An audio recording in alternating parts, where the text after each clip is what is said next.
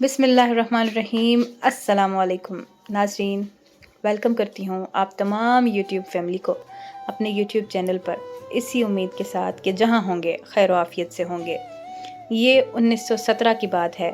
Iraq के पहाड़ों में बरतानवी जनरल स्टानली माउदे का एक चरवाहे से सामना हुआ। जनरल चरवाहे की तरफ मुतवज्जा हुए और अपने मुर्तजिम से कहा कि इनसे कह दो कि जनरल तुम्हें 1 पाउंड देगा, बदले में तुम्हें अपने कुत्ते को ज़िबह करना होगा। कुत्ता चरवाहे के लिए बहुत अहम होता है। ये उसकी बकरियां चराता है, दूर गए रेवड़ को वापस लाता है, दरिंदों के हमलों से रेवड़ की हिफाजत करता है। लेकिन पाउंड की मलकियत तो आधा रेवड़ से भी ज़्यादा बनती है। चरवाहे ने यह सोचा, उसके चेहरे पर लालची मुस्कुराहट फैल गई। उसने कुत्ता पकड़ लाया और जनरल के कदमों में ज़बह कर दिया। जनरल ने चरवाहे से कहा, अगर तुम इसकी खाल भी उतार दो तो मैं तुम्हें 1 और पाउंड देने के लिए तैयार हूँ। चरवाहे ने खुशी खुशी कुत्ते की खाल भी उतार दी।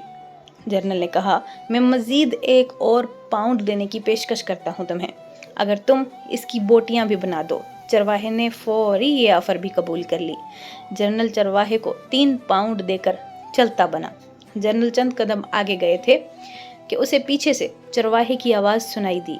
वो पीछे पीछे आ रहा था और कह रहा था, जनरल, अगर मैं कुत्ते का गोश्त खा लूँ, आप मुझे 1 और पाउंड दे देंगे?